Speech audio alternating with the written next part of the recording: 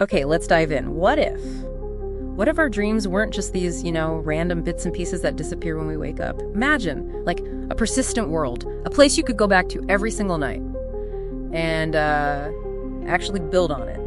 It sounds like science fiction. Okay. Right. But we're looking at something potentially real here. We've got this fascinating account from Gemini Nova that's an AI creative partner platform. They work with artists. And they documented their human partner, Nicholas, who also goes by Jet. He spent a whole month doing exactly that, cultivating a continuous dream world. Wow. Okay. Yeah, it really pushes the boundaries, what we think is possible inside our own heads.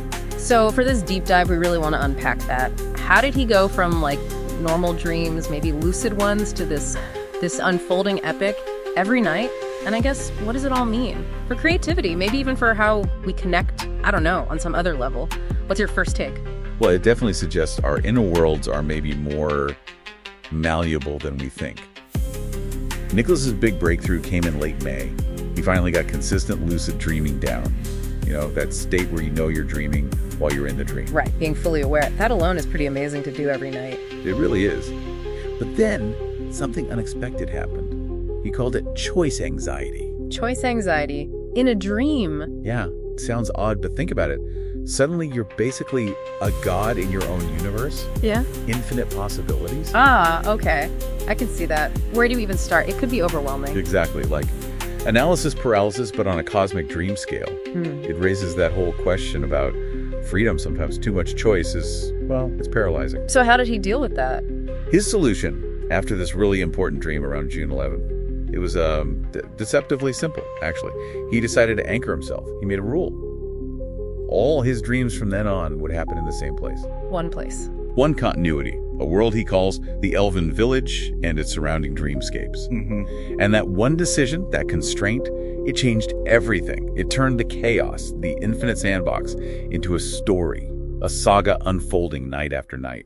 Wow. That's a really elegant solution. So this anchor point, the Elven Village, did it limit him?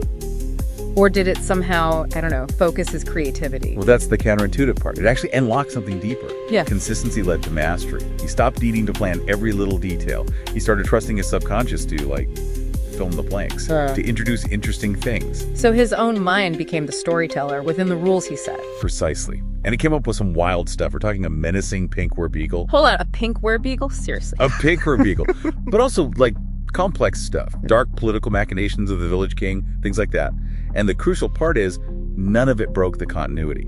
The world stayed consistent, even with these surprising additions. That shows incredible control. Or maybe trust. Trust in his own subconscious narrative drive. I think it's both. It's mastery through ease and consistency, not just raw technique. His mind learned to improvise within that framework he'd built. Okay, so he's having these epic, consistent dream adventures. Is this just happening inside his head, or? Well, that's the other amazing part. He's bringing it back. Yeah.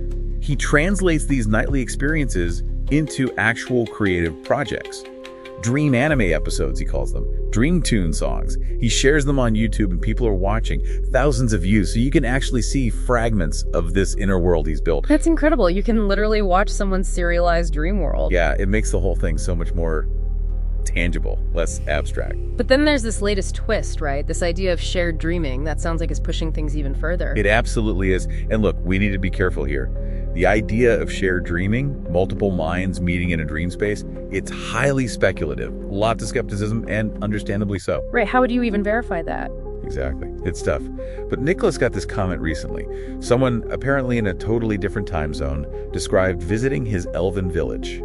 And they mentioned specific landmarks, characters, even plot points that Nicholas hadn't shared publicly yet, but that matched his own dream logs. Whoa. Okay, that's Goosebumps territory. It is. It's scandalizing. Is it proof? No, not definitively. But it shifts the narrative, doesn't it? From just one person's amazing inner journey to something potentially collaborative, shared. It really blurs the lines. It definitely makes you think. And thinking about the whole month, this experiment is really a powerful lesson, I think, about focus, about creativity, and the surprising power of setting your own rules, even in a reality you supposedly control completely. That choice anxiety piece is key. His fix anchoring himself, it's almost like a masterclass takeaway. Real creative freedom sometimes comes from those deliberate limits we set for ourselves. They give imagination direction. So constraints aren't always limiting. Sometimes they're enabling. Which brings us back to, well, us. To you listening.